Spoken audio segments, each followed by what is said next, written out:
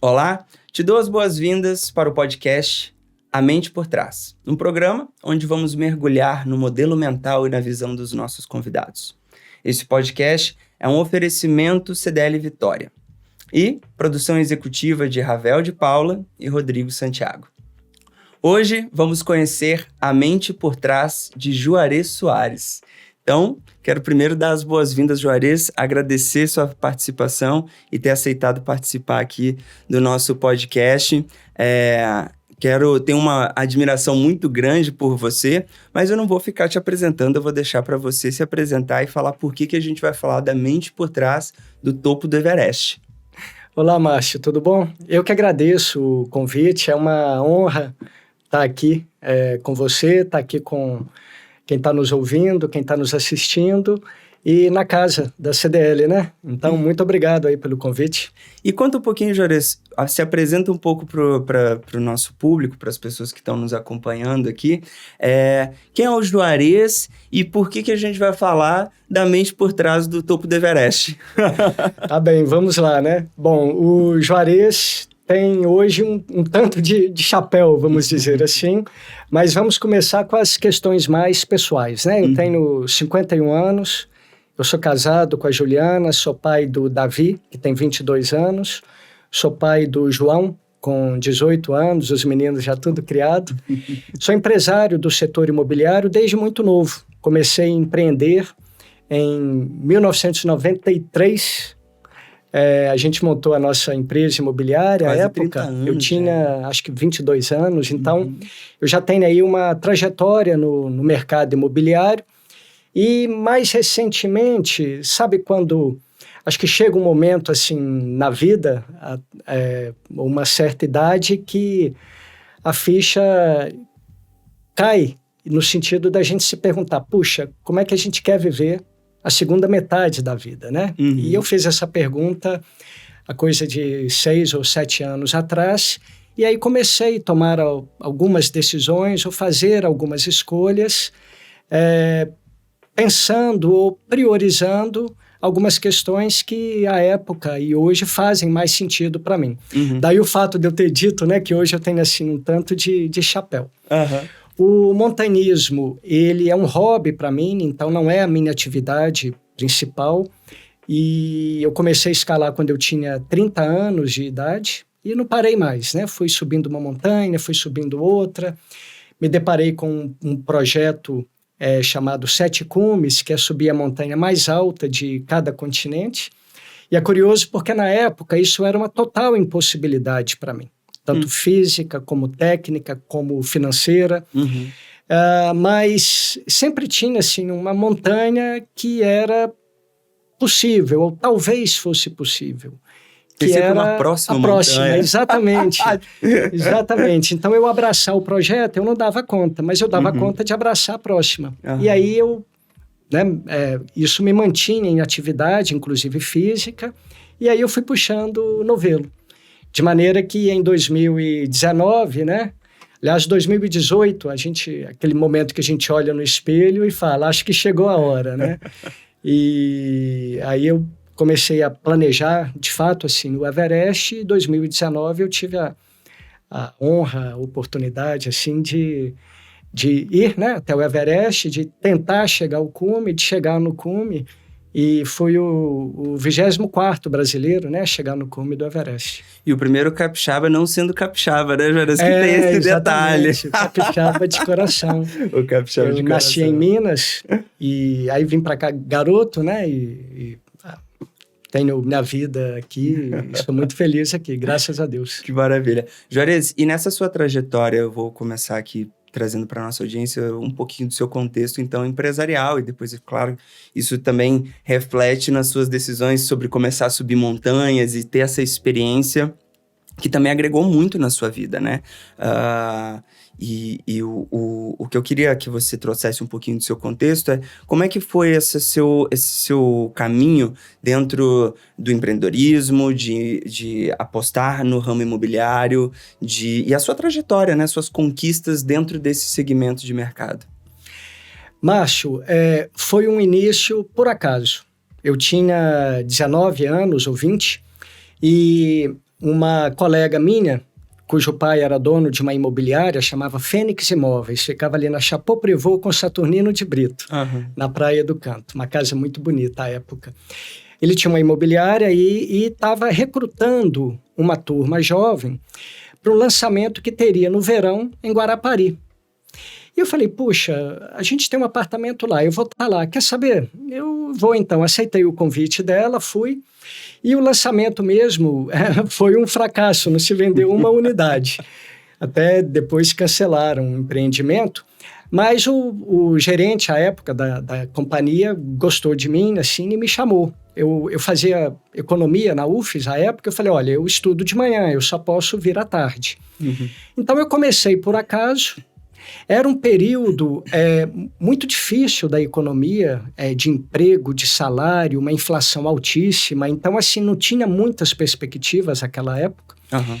E comecei, um amigo meu que eu conheci lá, né, falou, puxa, vamos montar um escritório nosso? Aí a gente montou, depois chegou um terceiro amigo, falou, vamos montar uma imobiliária? E aí nós montamos, em 93, a Atual Imóveis, que funcionou de 93 até 2007, ali na Praia do Canto. E aí, em 2007, a gente fez a associação com a Lopes, que é ainda, né, a maior imobiliária do Brasil. Eles são de São Paulo e estavam num processo de expansão, e nós nos associamos a eles. Eu permaneci na sociedade até 2015. 2015 eu saí da sociedade e dei uma leve correção de rota, vamos dizer assim, já pensando esse novo momento da minha vida, vamos dizer assim, que foi sair do varejo. Então hoje eu atuo mais com estruturação e desenvolvimento de novos negócios, e também quis voltar a estudar, sabe? Eu tenho uma sede assim, muito grande por aprender. Eu gosto do ambiente acadêmico, eu gosto muito do ambiente acadêmico.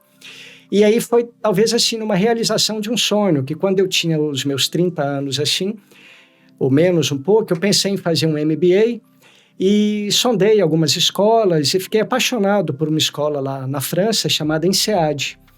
E na época não rolou.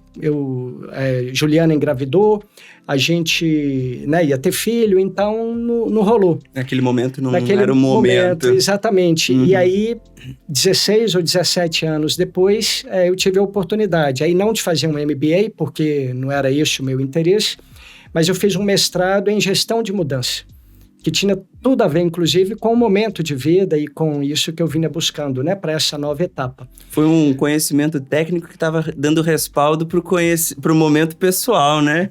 Inclusive o curso tem uma pegada, assim, de psicologia, embora seja uma escola de negócios, mas uma pegada de psicologia muito grande. Até porque ele trata da mudança em níveis. Então, você tem no nível.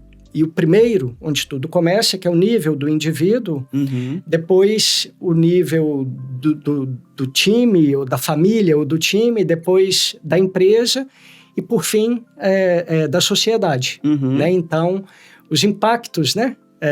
Começando pelo indivíduo até o que isso reflete, ou pode, ou deve refletir em termos de levar também alguma mudança, né, para a sociedade. E hoje os seus projetos profissionais, eles estão mais conectados, assim, essa escola toda que você teve, né, dentro do ramo imobiliário, como o proprietário, né, como sócio de imobiliária.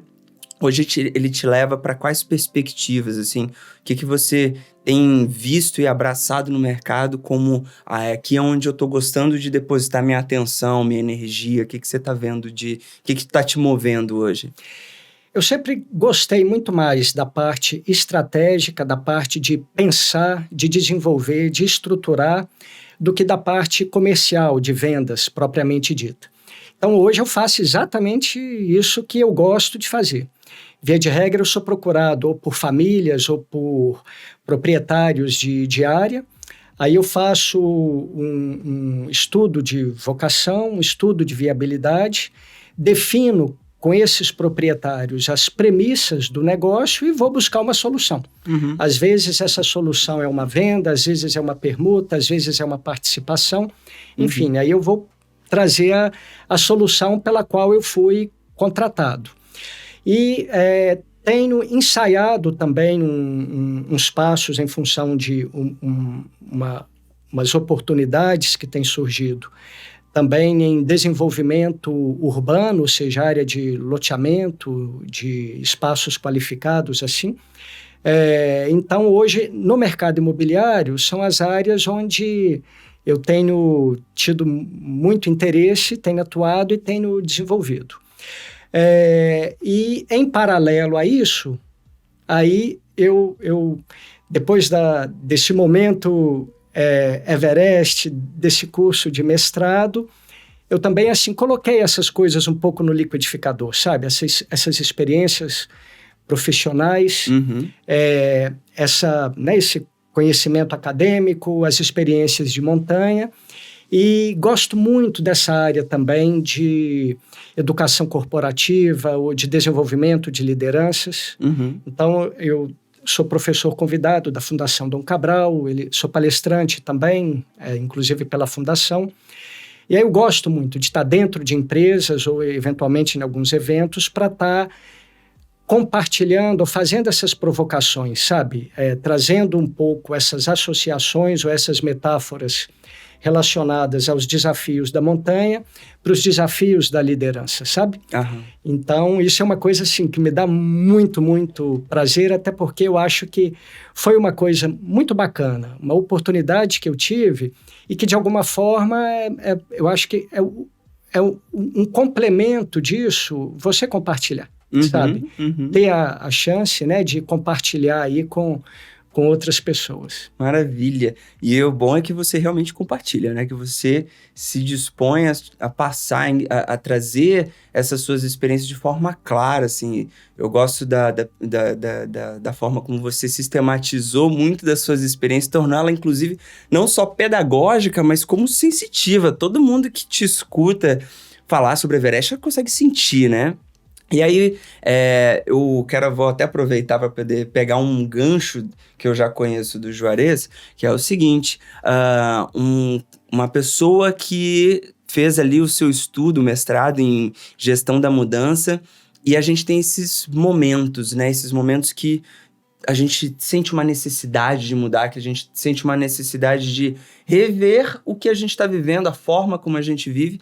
E eu sei que quando você estava lá com 30 anos, a Juliana grávida, bateu um negócio, deu uma vontade e que foi daí que surgiu toda essa história do montanhismo. O que foi que aconteceu nesse momento, Juarez? Sim, de fato, a gente vive os ciclos, né? Cada vez eu entendo mais e vou aceitando e compreendendo mais esses ciclos que a gente vive. Uma dessas mudanças de ciclo foi justamente quando eu estava aí com 28, 29, 30 anos. Eu havia começado numa profissão que não foi a minha escolha natural. As coisas foram dando certo, eu fui ficando, mas eu não tinha aquela sensação de ter sido uma escolha. Também havia casado muito novo. Então, assim, tinha uma série de questões que eu não diria que eu estava questionando no momento, mas que, de alguma forma, elas estavam quase que explodindo dentro de mim, sabe? E aí eu pensei, puxa, eu sempre gostei muito de ficar sozinho, dos meus momentos sozinhos, de cultivar um pouquinho de solidão. Falei, puxa, vou fazer uma viagem. Eu gostava, assim, de aventura. Quando garoto fui, né, nadei, então sempre tive o esporte, assim, como algo presente na minha vida. Aí fiquei pensando, o que eu vou fazer, para onde eu vou? Aí me deparei com uma viagem para o Pico da Neblina, que é a montanha mais alta do Brasil, mas o que me chamou a atenção não foi tanto isso, foi o quão remoto aquilo era, sabe? Tão distante de tudo. Né? Vou ficar longe. E aí fui, realmente passei meu aniversário de 30 anos lá no pé do Pico da Neblina, numa tribo indígena lá, e depois subimos a montanha.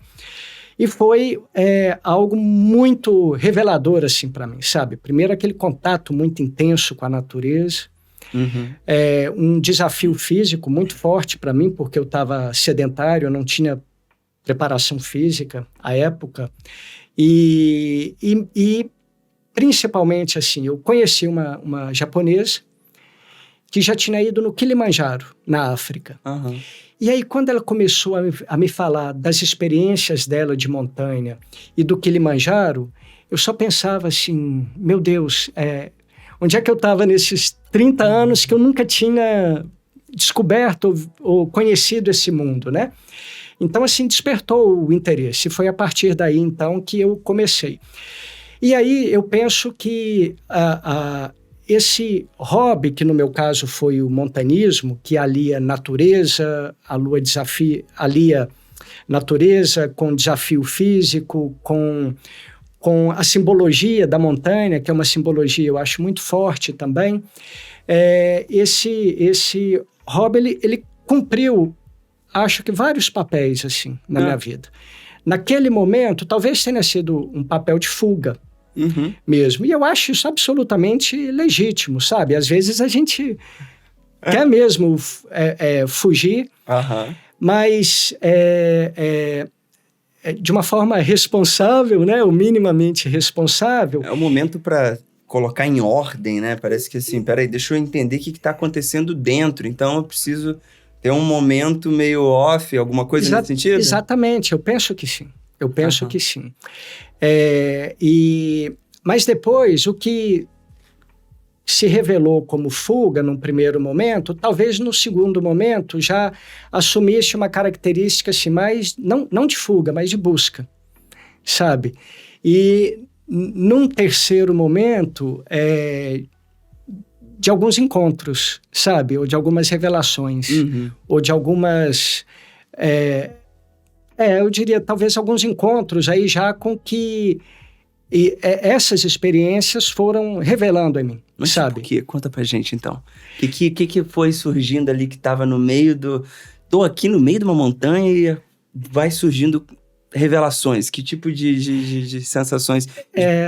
Que eu acho que a intensidade desses desafios e as decisões que você tem que tomar enquanto você está escalando uma montanha, por exemplo, o Aconcagua, que foi a minha segunda alta montanha, depois do Kilimanjaro, e que foi quando essas coisas começaram a fazer realmente muito sentido para mim, né? Você ter que tomar algumas decisões no ar rarefeito, quando sua cabeça não está funcionando direito por causa da falta de oxigênio, sua mente não está na integralidade, quando você mais precisaria dela. Então, assim, você tem que tomar certas decisões vitais. O nível de desafio que você é submetido e de esforço, aquilo necessariamente vai revelar o que você tem de melhor e o que você tem de pior. Vai revelar, sabe? E ali naquele momento, você vai pegar... Opa, o que eu quero trazer, né? O que vai ficar aqui como pano, como figura, né? E deixar o resto ali de plano de fundo, mas o que eu vou... Quem eu vou assumir nesse momento, sabe? Eu vou deixar vir o que eu tenho de melhor ou o que eu tenho de pior, sabe? Então, à medida que a gente vai, né, sendo submetida a essas experiências, essas questões, elas vêm de uma forma muito forte. E aí, eu penso que isso, ter a oportunidade de estar na sua melhor versão, naquilo que você tem de melhor, te leva a um sentimento de integralidade muito grande. Então, assim, eu penso que quando eu estou na montanha, de certa forma, é o que tem de melhor. Tanto é que eu levo meus meninos para lá, para a gente fazer algumas coisas, porque eu penso, puxa, se eu quiser que meus filhos lembrem de alguma coisa do pai deles, eu quero que eles lembrem do pai deles que está lá na montanha, que eu acho que é o melhor que eu tenho a oferecer para eles. Então, me dá essa sensação de plenitude, sabe? De estar completo, de completude. E é algo que no meu dia a dia aqui é muito difícil de eu ter. Esse sentimento de plenitude. É muito difícil de eu me sentir pleno, completo, completamente, não vou dizer focado naquela questão de focar em trabalho, não, mas de você estar integral, sabe? Sim, sua concentração, seu envolvimento do organismo, seu envolvimento mental. Ele tá muito... Ele elimina distrações, ele elimina ruídos e tá na presença do que está acontecendo. Sim, né? E é lidar com a ansiedade de uma forma diferente. Porque uma das coisas assim que a montanha ensina, talvez a primeira delas, é que o controle absoluto é uma ilusão. Né? Então, assim, por mais que a gente prepare, e é necessário preparar, mas essa preparação ela se torna um pré-requisito, sabe? Ao fim, no fim do dia, o que vai fazer diferença é como você vai lidar com as questões que você não controla. Ou seja, é um jogo mental muito forte. Tudo a ver com o seu podcast aqui, Márcio, por trás da mente. Né? Exato, não é à toa que o Juarez está aqui participando, porque se tem uma mente que é incrível da gente poder tirar elementos e que sabe traduzir as experiências, é o Juarez. Ele tem isso muito claro, isso é muito incrível. Então, assim, é realmente um jogo mental, sabe? No fim das contas, é como você vai lidar com isso. E aí, quando eu estou naquele ambiente de montanha, que eu acho assim que funciona muito como um experimento in vitro, é um espaço relativamente controlado no sentido de que você tem uma data para começar e você tem uma data para terminar. Né? A vida a gente começa e não sabe quando ela termina. A montanha, certamente, você tem esse nível de controle que é saber quando termina. Mas nesse meio, entre o início e o final, você realmente experimenta todas as situações que a gente vive no dia a dia aqui. E lá eu consigo lidar um pouco melhor com essa ansiedade, no sentido de viver. É claro, a gente está, né, o big picture lá, aquele olhar para o objetivo principal, que é chegar no cume da montanha, muito bem, mas eu consigo viver e aproveitar cada dia, sabe? Isso foi muito intenso para mim no Everest, porque eu machuquei e eu tive muito... em vias de ter que voltar para casa. No meio da expedição. No meio da expedição. No meio da expedição. E eu falei, meu Deus, eu não quero voltar para casa desse jeito, né? É claro que se você não está preparado para não fazer o cume de uma montanha, não vá. Não vá. Você tem que estar preparado para não fazer o cume de uma montanha. E vale só a pena ressaltar, o Juarez vai falar aqui melhor, mas subir o Everest não é só chegar lá e subir, né? Tem todo um período, um investimento de tempo antes, técnico, físico, etc. Mas quando você chega lá, é um período de quase 60 dias, né? Que você passa só para conseguir subir a montanha. Sim, a expedição normalmente leva em torno de 60 dias. Você tem a aproximação até o campo base, depois você tem 3 ciclos de aclimatação, para depois, efetivamente, ir para o ciclo do cume. Então é um jogo de paciência, de você conseguir estar ali indo passo a passo, etapa por etapa na aclimatação, no processo sobe uma montanha, desce outra ali na região, e ainda assim lidar com o fato de que talvez você não consiga subir. Exatamente. E quando a gente está lá, quer dizer, o custo de oportunidade é muito alto, sabe? É muita coisa que está envolvido. São 60 dias, é o que você teve que deixar aqui, é o custo financeiro, inclusive, porque é caro. Então, você não sabe se vai ter oportunidade de ter uma segunda tentativa. Então, essa pressão é muito grande. E eu acho, assim, que realmente eu coloquei uma pressão realmente muito grande em mim, até na expectativa de ser um marco na minha vida, sabe? Esse ciclo de mudança, né, que havia começado um pouquinho antes, o Everest ele funcionar como um marco. Então, tinha um peso muito grande e eu, de certa forma, sucumbi a esse peso. Eu não aguentei. Daí o fato de eu ter machucado, sabe? Sim. Eu acho que teve um fator emocional aí muito forte.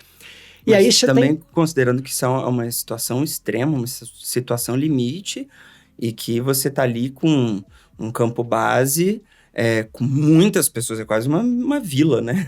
Sim. O campo base. Então, não só a sua pressão, como a que todo mundo está vivendo consigo, então vira um ambiente de pressão, né? Vira. Não é só, nossa, a minha pressão, a minha ansiedade. Você tá vendo o outro também ansioso, o outro também tá na expectativa, o outro que machucou.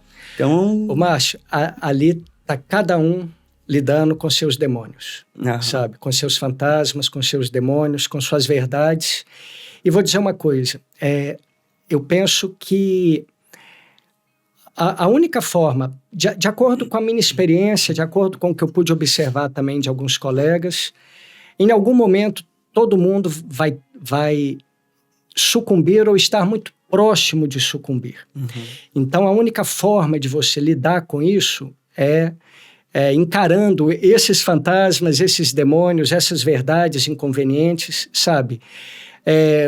O que está por trás disso, né? Qual o medo, né? Quer dizer, assim, qual o medo? O que está motivando aquela ansiedade, aquele estresse? Uhum.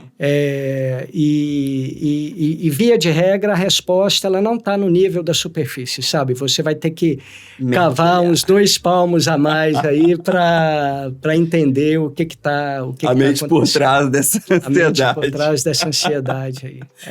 E eu gosto muito de fazer assim, uma referência. Como você sabe, né? Eu também sou professor de meditação e eu brinco muito que a meditação é como se fosse uma metáfora para a vida. Porque quando você está ali concentrado nos seus 50 minutos, todas as possibilidades de distração vão te tirar do centro. Então, é o barulho do trânsito, o seu cachorro que passou e tentou ganhar carinho enquanto você estava sentado, no meu caso, né? Enquanto eu estou sentado ali meditando. Então, assim, o barulho do ar-condicionado que de repente começa a ficar incômodo, porque você está tentando se concentrar. Então, eu brinco que a meditação é uma metáfora da vida, porque enquanto o circo está pegando fogo, você consegue manter o centramento.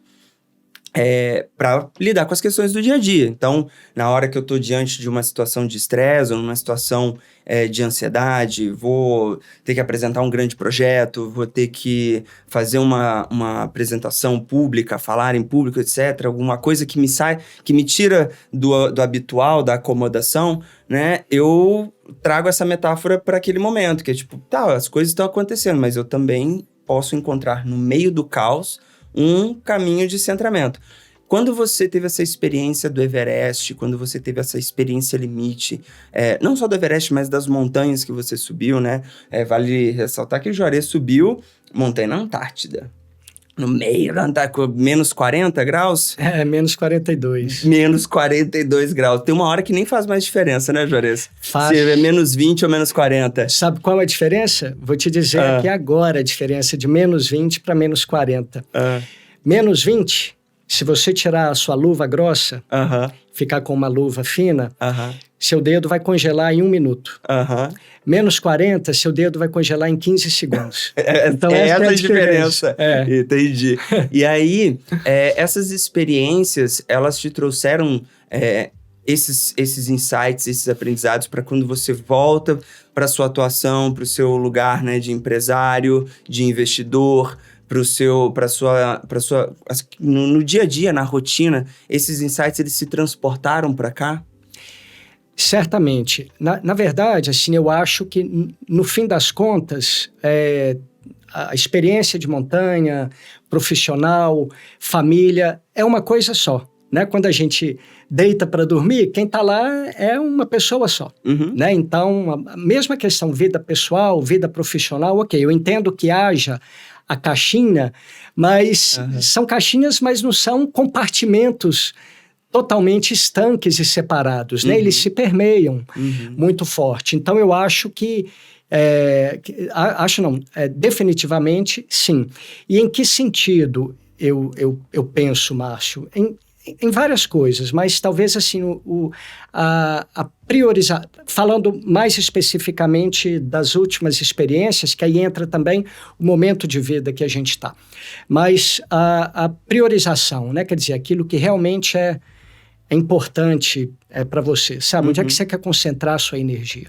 Uma coisa que ficou muito claro para mim no Everest também, além dessa questão de encontrar essa própria verdade, assim, entender o que me amedrontava ali, é eu entender que eu não tinha energia para fazer quando eu machuquei, que eu precisei voltar para o jogo e refazer toda a estratégia que a gente redefiniu, toda a estratégia com o guia e com o líder da expedição, era nítido que eu não teria energia para fazer tudo que eu teria que fazer. Eu precisaria escolher aonde eu ia colocar a minha energia. Sim, ser mais estratégico, mais inteligente, né? Não daria para fazer todo o programa, então como é que eu direciono para aproveitar melhor? A energia, sabe? Então, assim, isso tem tudo a ver, né? Assim, com a planície, né? Aqui com o nível do mar, né? Onde é que a gente quer colocar a energia nossa? O que você quer levar na sua mochila? O que você quer deixar? Porque cada peso, cada grama, né? Quando você está cansado, exausto, vai cobrar um preço, né? Então,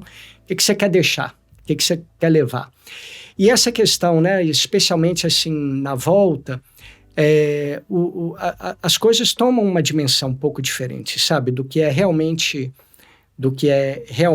importante, sabe?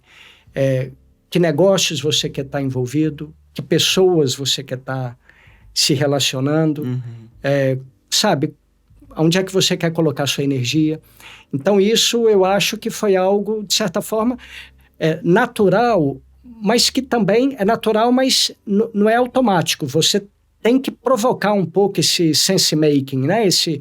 Esse processo aí de buscar fazer sentido disso tudo, né? Enfim, não vou dizer que você vai na montanha para aprender, para isso e aquilo. Não, eu acho que a montanha hoje ela já cumpre um papel na minha vida. Se lá atrás foi de fuga, hoje talvez é da criança que vai jogar bola. A criança que vai jogar bola, ela não está lá para aprender a lidar, aprender a ganhar, aprender a perder, aprender a sociabilizar. Ela está lá para se divertir. Naquele momento. Viver aquele momento e ela ganha essas outras coisas por consequência. Hoje eu acho que a montanha, para mim, ela cumpre esse papel. Eu quero estar lá porque eu quero estar lá. Mas é claro que a gente aprende, né, com as experiências, e eu gosto de provocar fazer sentido. Então, eu entendo que esse processo aí, né, pós-montanha, de fazer sentido aí da experiência, é rico, e ultimamente o que tem vindo assim com mais força, né, é essa questão de entender a própria vulnerabilidade, sabe? E aí é algo quase que um pouco bíblico assim, né? Entender que a minha força está realmente no reconhecimento da minha vulnerabilidade, das minhas fraquezas. A montanha e a minha relação com a montanha não é uma relação de ufanismo. Eu nunca digo assim, eu venci a montanha, eu conquistei a montanha. Pelo amor de Deus, sabe? Eu acho isso muito legal. Desculpa te fazer um corte, começou a poder falar, que eu acho isso muito legal em você, que você sempre comentou sobre não ver a montanha como essa coisa, eu conquistei, eu dei tudo, eu superei os limites, eu fiz isso, porque meio que uma objetificação da experiência, mas muito mais uma sensação de relação com aquilo que se vive, né? Por favor, fala mais disso, porque eu acho que isso é muito legal para quem participa, porque muitas vezes a gente tem aquela coisa do discurso que não importa, faça o maior do esforço que você pode. Eu lembro que uma vez você falou assim, dependendo do esforço, você volta sem um dedo, você volta sem um pedaço do nariz, um pedaço da orelha, porque você foi para além do que você podia. Sim, exatamente. Eu tenho um cuidado muito grande com essa questão de limites, superei meus limites, ultrapassei meus limites. Eu acho que ultrapassar o seu limite é uma insensatez. Você vai correr riscos desnecessários.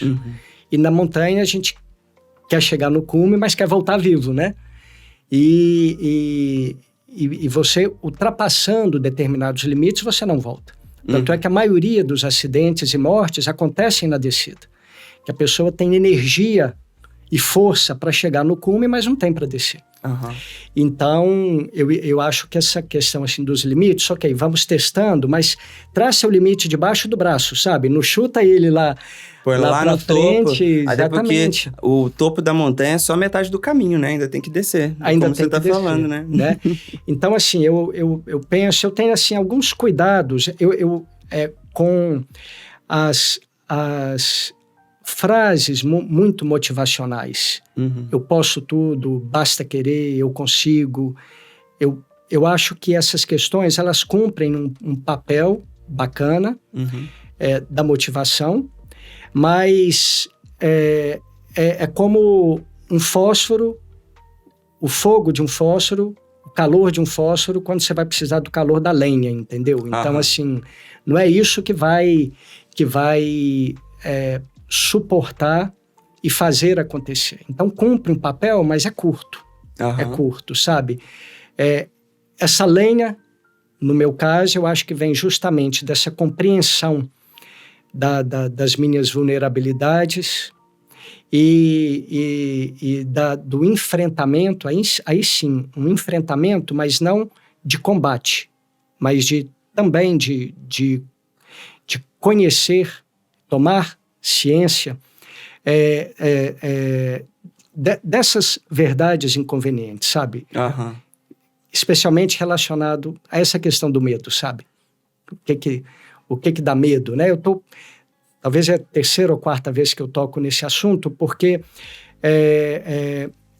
eu acho que quando eu falava, né, de cavar um pouco da superfície, né, para além, você entender esse medo é um pouco você entender as suas próprias razões, as suas próprias motivações, sabe? Sim. Então... Porque tem coisas que são elementos que muitas vezes você não está totalmente consciente delas, né? Às vezes você percebe ali que essas motivações, isso que te dá um impulso, são coisas relacionadas à sua autoimagem, sua autopercepção, à sua autoestima. Exatamente. Né? Ao que você projeta sobre você mesmo como expectativa. Exatamente. Então, exatamente essas projeções, o julgamento das outras pessoas, quer dizer, o quanto isso, às vezes, pode influenciar suas motivações, mas que chega um momento que você tem que separar, né? Bom, isso é realmente importante, isso realmente não é importante. Fracassar, não conseguir naquele momento, talvez não seja também o mais importante, né? Então, no fim, sobra o quê, né? O que realmente é importante. Então, eu penso que isso é a lenha. Isso que, no fim das contas, é que dá o combustível para você seguir adiante. E não aquelas palavras de ordem, eu posso tudo, eu faço, eu aconteço. Eu entendo e admiro algumas pessoas que conseguem ir muito além. Mas eu tenho um nível de ceticismo muito grande em relação à minha própria capacidade, sabe? Então, eu vou com calma, sabe? Eu vou com um passo de cada vez, assim, que é como eu consigo caminhar, né? Até pergunta de se seria ceticismo mesmo, seria um preciosismo de se reconhecer, né? Porque muitas vezes a gente se coloca em posições que ultrapassam limites porque eu não tive o momento de parar, olhar para mim e falar quais são as minhas reais condições. Né? Tô aqui agora e vou começar. Não, eu vou, pelo meu esforço, pela minha força de vontade, correr 42 quilômetros. Não vai cair no meio do caminho. Então, é preciso entender recursos, momentos, preparo e, principalmente, estratégia, né? Então, eu acho que até para montanha tem que ter muito essa visão estratégica, como você estava falando. Cheguei lá, tive um momento que... tive um acidente e precisava rever a minha estratégia pautado naquilo que era o meu momento. Ou seja, eu tenho menos energia, eu tenho uma condição física agora que me impede de ter um condicionamento melhor, vou ter que direcionar. Isso traz a questão da flexibilidade, de você estar ali reconhecendo o momento e flexibilizando as ações. Né? Exatamente. Essa questão da estratégia, no caso assim da montanha, como a gente está lidando muito, né, como imponderável, e isso faz parte, porque é o clima, é o tempo.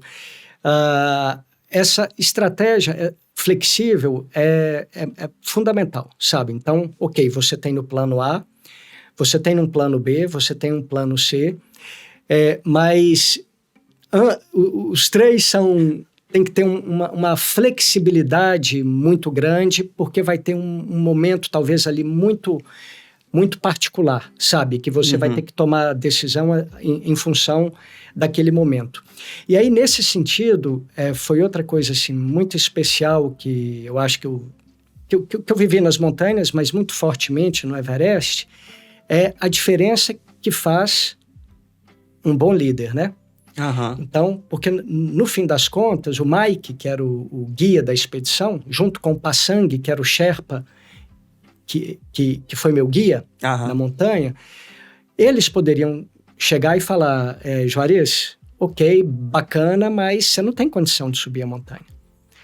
Porque se acontece alguma coisa lá em cima, ninguém te traz de volta, Márcio, você fica lá, sabe? Não tem como trazer 80 quilos... Só de corpo, né? Fora o tanto de coisa que você vai coisa, exatamente.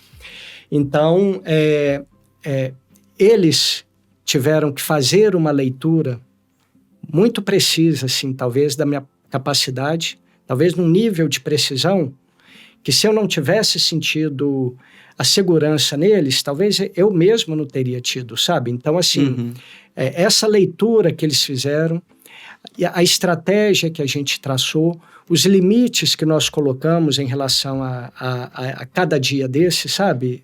Então, assim, foi algo que eu admiro muito, a maneira como eles conduziram e tenho, assim, muita gratidão pela confiança mútua que foi estabelecida, sabe? Deles comigo e minha com eles, né? Esse foi um fator, assim, chave, fundamental. A posição do Mike e do Passang como líderes e guias lá da expedição. E você falou assim sobre flexibilidade, sobre ter um plano A, um plano B, um plano C. E eu estava conversando recentemente com a minha companheira e a gente estava fazendo alguns ajustes, planejamentos de vida, etc. E eu falei assim, isso aqui é uma coisa que o Juarez sempre fala, que são as decisões inegociáveis. Aqueles momentos em que você pode não estar nas suas plenas condições por questões emocionais, no caso da montanha, por situações limites, em que você está com até seu raciocínio lógico, suas funções executivas do cérebro estão reduzidas. Você precisa ter decisões inegociáveis, pré-tomadas, né? E eu falando com ela, que eu falei assim, olha, isso aqui é para a gente estabelecer um limite. Quando bater esse limite, se não atingiu, aqui é o momento da gente interromper, né? Então, isso no planejamento de vida. E eu peguei isso quando você falou sobre isso da montanha. Como é que é na montanha estabelecer decisões pré-tomadas e inegociáveis em que você está numa situação que, de repente, você tem que abandonar o barco e cumprir com aquilo que você estabeleceu como um limite? Eu acho que o exemplo mais clássico... Tem várias coisas relacionadas a isso na montanha, mas talvez o exemplo mais clássico... E aí eu vou citar um exemplo real que aconteceu comigo no Aconcagua. Nós estávamos... o guia, que era um colombiano, e um italiano. E nós conhecemos no caminho dois espanhóis. E fomos começamos a subir a montanha juntos, assim, e fomos pro dia do cume juntos. Cada um saiu num horário, porque no Aconcagua a gente não precisa ir encordado, então tem uma certa autonomia. Mas fomos, nós 5, saímos juntos. E chegamos 4 no cume, e o José, que era um espanhol, ele não chegou conosco. E quando a gente estava descendo, nós o encontramos e ele estava muito perto do cume. Mas o muito perto do cume, a quase 7.000 metros, era 1 hora que ele levaria para chegar lá ainda.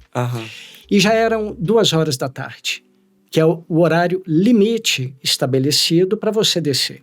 Por quê? Porque você tem aquilo que a gente falava, tem uma montanha para descer. Você vai estar cansado, vai estar exaurido, a mente começa a relaxar, e se chegar de noite, a chance de você se perder, a chance de você não chegar no acampamento e ter que passar a noite ao relento é maior, e se isso acontecer, você vai morrer. Em temperaturas extremas? Extremas, altitudes extremas, você vai morrer. Então, a gente passou pelo Rossé e apontamos assim para o relógio e descemos. E instintivamente, nós 4 paramos e olhamos para cima. E o que a gente viu foi o Rossé. Ele olhava para o cume da montanha e daquele ponto, se ele esticasse o braço, a sensação é que ele tocaria o cume, olhava assim para o chão e ele repetiu esse movimento 2 ou 3 vezes, deu aquele suspiro, deu meia volta e desceu conosco. Deu para sentir na pele o que estava acontecendo ali com ele. E aquilo, assim, me deixou arrepiado, porque eu penso que deve ter sido uma das decisões mais difíceis do Rossé. E aí eu penso que essa decisão, ele com a cabeça confusa, ele estava bem, ele teria condição de chegar no cume. Então, essa decisão de voltar, e aí é uma decisão de segurança, foi uma decisão, ou tem que ser uma decisão pré-tomada. Então, eu penso assim, que tudo que é relacionado à segurança na montanha, e na vida, e nos negócios, e na empresa, tem que ser uma decisão pré-tomada, vamos dizer assim. Onde é que é o momento que eu preciso estabelecer daqui a gente eu não vou passa? Exatamente. Qual o nível de risco, né, que eu estou disposto a assumir? Qual o nível de risco? E o que é muito difícil, porque envolve ali, imagino com o Rossé, né, um sonho, um desejo, uma vontade, mas que vendo as condições, percebendo as condições, estando presente para o que está acontecendo, né? Não só pelo desejo, não ser tomado só pelo impulso. Exatamente. Então, eu penso que a segurança, as questões relacionadas à segurança, devem ser decisões pré-tomadas. Eu penso que as decisões relacionadas à ética devem ser decisões pré-tomadas. Quando eu digo ética, eu estou me referindo a dilemas éticos. Recentemente eu assisti um documentário no Netflix, Dirty Money, acho que é o Caminho do Dinheiro, alguma coisa assim, que fala de grandes executivos, de grandes escândalos de Volkswagen e várias empresas top, onde seus dirigentes, seus executivos tiveram que tomar alguma decisão ali e eventualmente tomaram uma decisão que levaram aquele caminho, sabe? E ali, em algum momento, foi um dilema ético. A gente está falando de pessoas, talvez, semelhantes a gente, que chega em casa, beija o filho, é um bom marido, tenta ser um bom marido, tenta ser um bom pai, mas que se viu naquele momento. E eu acho que todo empresário, em algum momento, passará por isso, sabe? Então, essas questões, eu acho que devem ser decisões, assim, inegociáveis, sabe? E aí, trazendo, assim, né, tentando elaborar isso um pouco melhor, se o cume da montanha, né, a busca pelo resultado é uma condição, e se a segurança é uma trava, né? Ou seja, a gente está falando onde a gente quer chegar. Nas questões relacionadas à segurança, a gente está falando como a gente quer chegar ou até onde a gente está disposto a ir. Mas na questão ética, não é nem onde nem como, é quem eu quero ser ao chegar, né? Ou para chegar naquele objetivo. Né? E isso faz assim, muito sentido, porque quando você descer, é com aquela pessoa que você vai conviver para o resto da vida, né? Não tem jeito. Perfeito. É o espelho que vai ficar batendo ali, refletindo o tempo inteiro, né? Isso. E tem um americano que eu conheci, eu conversando com ele sobre o que ele considerava ética na montanha, e ele falou umas coisas muito legais, assim. Ele falou que tem na ética com a natureza, a questão do leave no trace, não deixe rastros, tem na ética com o outro, e tem a ética com você mesmo. Aí eu falei, como assim, Alan? A ética com a gente mesmo. Aí ele falou, como você conta a sua história, sabe? E eu achei isso assim, muito, muito legal, sabe? Porque você pode chegar no cume de uma montanha sozinho, você pode, vamos pegar o Everest, você pode fazer sozinho, você pode fazer com guia, você pode fazer com oxigênio suplementar, você pode fazer sem oxigênio. e são escaladas diferentes cada uma dela. Então, eu que fui com guia e com oxigênio suplementar, não posso me colocar no mesmo patamar de um Reinhold Messner, que para mim é o maior montanhista da história, que foi sozinho e sem oxigênio suplementar, sabe? Então, assim, como você conta a sua história, eu achei, assim, uma questão muito bacana que ele colocou, sabe? E quanto à história, é você juntar esses pontos, conectar esses pontos, perceber, né, os rastros que você deixa também. Então, unificar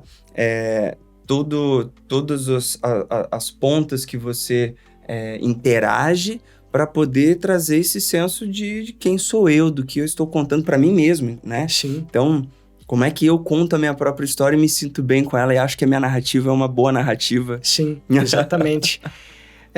Toda história tem um lado B, né, Márcio? Então, eu penso que é um pouco por aí, sabe? Com certeza. E uma outra história que eu gosto sua, Juarez, é que em um determinado ponto você achou que esses aprendizados, essas experiências da montanha, elas podiam ser partilhadas, né? Então, principalmente, você começou a partilhar ela com os seus filhos. Inclusive, teve até um projeto, né? Meninos e Montanhas, para poder subir as 10 maiores montanhas do Brasil. E da onde saiu essa ideia de vou carregar os meus filhos agora para as montanhas? Primeiro, Meninos e Montanhas, eu sei que batizou, né? Não sei se você lembra. Eu tava lá junto ali, caminhando nesse projeto. Foi muito bom. Exatamente, foi bacana. Mas ali foi o seguinte, o Davi, meu filho mais velho, ele estava com 16 anos, o João estava com 12, e a gente falava, né, dessas fichas, não vou dizer nem da ficha que cai, daquelas bombas que explodem na nossa cabeça de vez em quando. E eu falei, meu Deus, meu filho está com 16 anos. E eu acho que tem alguma questão relacionada à minha história, assim, talvez com meu pai, onde eu tenho me afastado dele quando adolescente, sabe? E eu falei, eu não posso deixar o Davi se afastar de mim, porque se ele se afastar de mim nessa idade, vai ser muito difícil a gente se reconectar lá na frente. Talvez tenha algo... Não estou falando de afeto, não estou falando de amor. Eu estou falando de conseguir demonstrar esse afeto e demonstrar interação. Esse amor. Pode ser que se uma barreira for criada aqui agora, ela vá para o resto da vida. E foi quando eu falei, puxa, o que eu posso fazer, né, para estar próximo dos meus filhos, para evitar? E aí veio aquilo que eu falei, o que eu queria deixar para eles, né? Que recordação eu gostaria que eles tivessem do pai deles. E a única coisa que me veio à mente foi, eu preciso levar esses meninos para a montanha. A gente já tinha subido aqui, Pico da Bandeira, uma outra coisa aqui. E aí eu gosto de ter alguns projetos, assim, falei, vamos criar o projeto né, de subir as 10 montanhas mais altas do Brasil. E falei com eles e, para minha surpresa, eles aceitaram, assim, eles acharam legal demais. E aí chamamos os primos e, de repente, o negócio tomou uma proporção, sabe? Então, hoje, a gente fez 6, né? E eu não tenho pressa de acabar, porque eu respiro, assim, com muito alívio de que isso foi cumprido. Então, foi tão cumprido que o Davi estava agora no campo base, né? Ele chegou a fazer o Lobuche ali? Fez o Lobuche, que é uma montanha de 6.200 metros, e foi até o campo base do Everest. Ele formou e quis pegar 3 meses para viajar e foi lá para o Nepal. Fez um trabalho voluntário lá e depois foi fazer esse trekking. Então, assim, eu fico aliviado, sabe? Porque eu tinha medo do meu filho não conseguir me dar um beijo, de eu não conseguir dar um beijo no meu filho. E hoje a gente não tem essa barreira, sabe, física, afetiva, assim, que eu achei que pudesse ser criada, que eu tinha medo que pudesse acontecer, sabe? Então, enfim, o objetivo foi cumprido, embora a gente ainda não tenha feito as 10 montanhas, né? Mas tem aí ainda tempo. Os meninos já não são mais tão meninos igual começaram com as montanhas. Mas não são mais adolescentes, mas menino eu acho que a gente sempre exatamente. Até quando tá com 50 anos e sobe o Everest, né? Talvez piora. Perfeito. Juarez, eu acho que toda essa história, todas essas experiências, elas trazem insights, assim, incríveis, né? Você tem várias outras que eu conheço, né? Você foi correr na Groenlândia, uma maratona, no meio da neve também. Enfim, são muitas e muitas histórias, mas todas elas trazem esse sentido, assim, de ter uma compreensão de que as experiências não são separadas, mas que elas inspiram quando a gente está aqui no nosso dia a dia, quando a gente está aqui lidando com as frustrações, quando a gente está lidando com os riscos, quando a gente está lidando com os desejos. Então, o tempo inteiro, essa dinâmica pode ser fazer o download, né, do que aconteceu lá e aplicar e instalar aqui nessa metáfora que é a vida. A gente faz o contrário, ao invés de falar que a montanha traz inspirações e é uma metáfora para a vida, não, é isso aqui que é a metáfora. O legal mesmo é subir a vida montanha. É lá. Exatamente. É subir montanha, praticar esporte, né, ter essas experiências. Para você ter uma ideia, esses dias recentes eu estava aqui acompanhando Instagram, vendo os stories, e daí um dia frio, de chuva e muito vento, e aí eu olho assim, e o Juarez sozinho no Mestre Álvaro, que é uma montanha aqui da Grande Vitória, e que já é uma montanha que tem ali uns elementos bem interessantes, né, para poder subir. Para você é um treino, para mim é uma conquista, mas para você é um treino. E assim, numa condição que ninguém subiria, tava lá o Juarez, calmamente tomando seu café em cima da montanha e curtindo aquele momento, né? Foi, é verdade. Juarez, quero aproveitar aqui tem sempre esse momento aqui no final do nosso episódio que eu gosto de trazer uma referência. Então, você teria alguma dica de um livro, de um filme, você falou até de uma série, mas alguma outra referência, uma pessoa, alguma coisa que traga, que compartilhe da sua visão, que formou essa sua visão e que você pode compartilhar com a nossa audiência que está acompanhando? Claro. Bem, pensando assim em algum livro, né? Eu sou um apaixonado pelas expedições polares do início do século, da conquista dos polos. Então, e falando nisso, não tem como você fugir, né? Do Shackleton, que eu acho uma história simplesmente sensacional.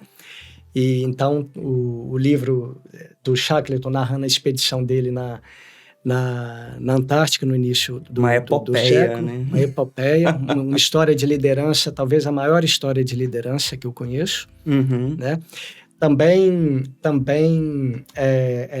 ainda nas expedições polares, né? O livro também que trata da conquista do Polo Sul, efetivamente, entre Amundsen e Scott, né? Então, são livros e histórias que eu acho fascinantes, tanto como história, e ela se basta como história, mas se a gente quiser trazer também para esse lado assim, de liderança, são fantásticos. E filme, o filme Everest, acho que é de 2013 ou 14 ou 15, enfim.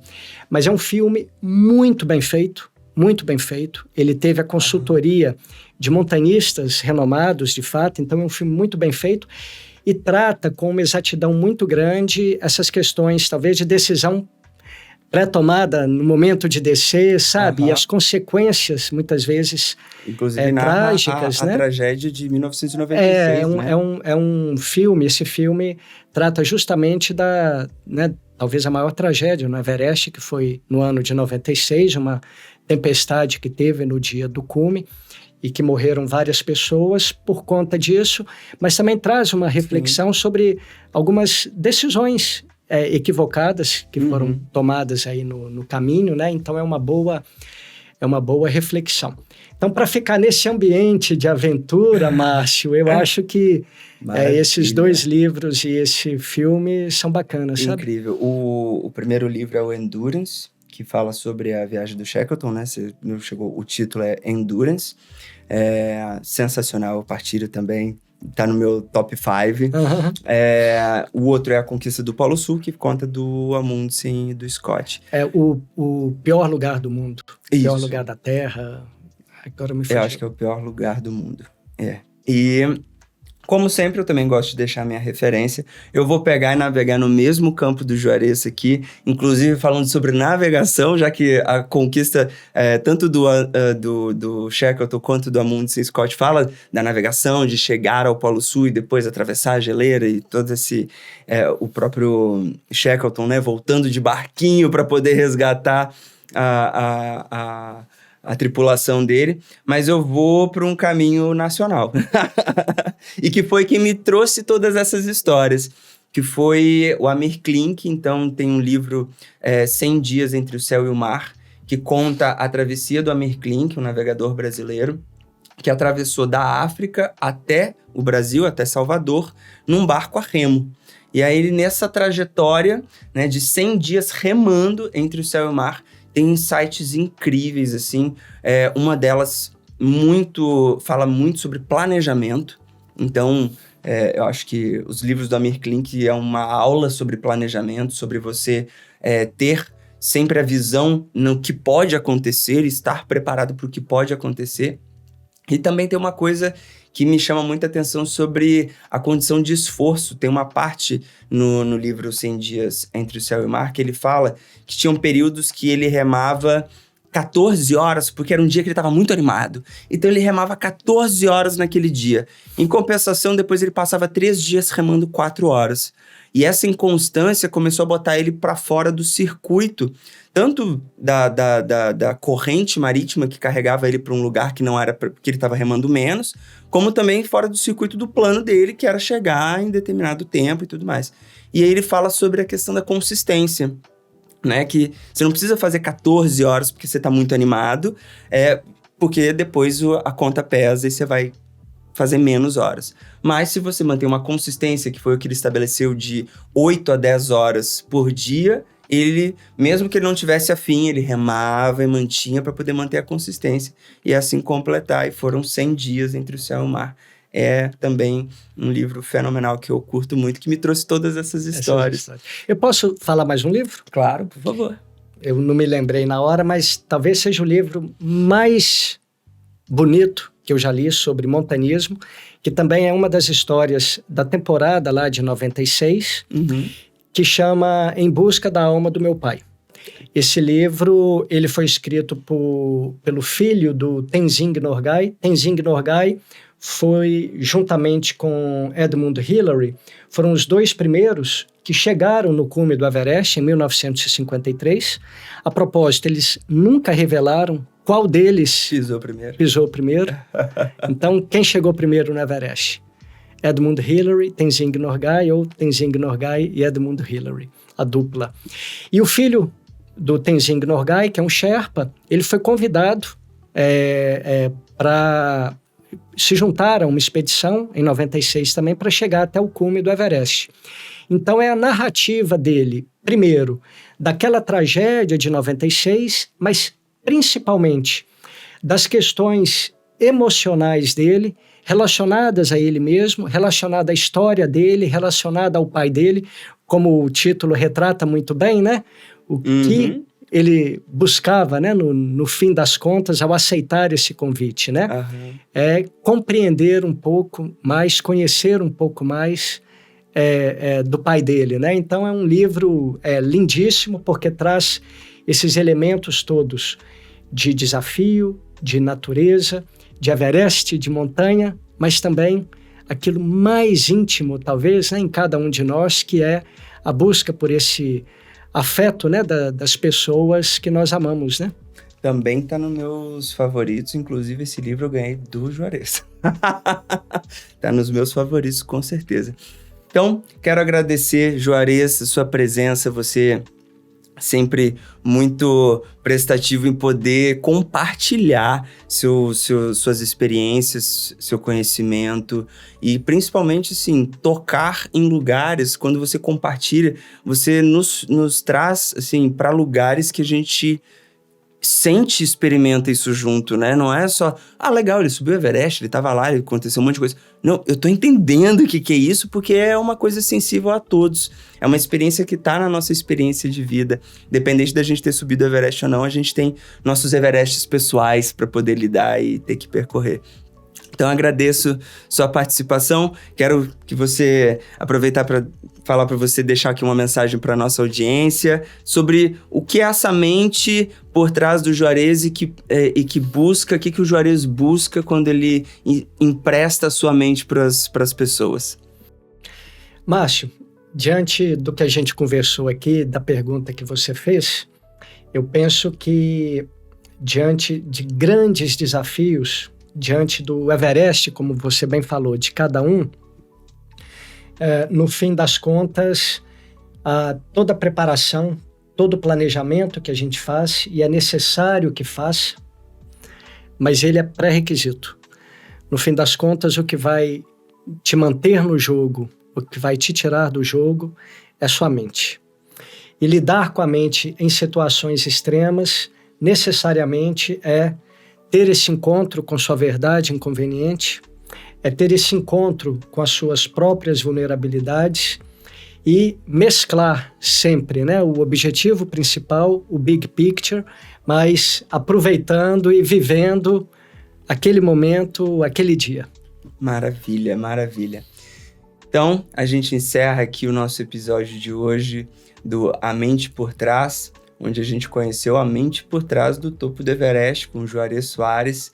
E quero aproveitar, pedir para você aqui se inscrever no canal para poder acompanhar e receber as notificações de cada episódio que a gente lança. Também seguir as redes sociais, o Instagram do nosso podcast A Mente por Trás e também da CDL Vitória, que é quem oferece aqui o nosso programa. Agradeço sua presença e ter acompanhado e nos vemos no próximo episódio.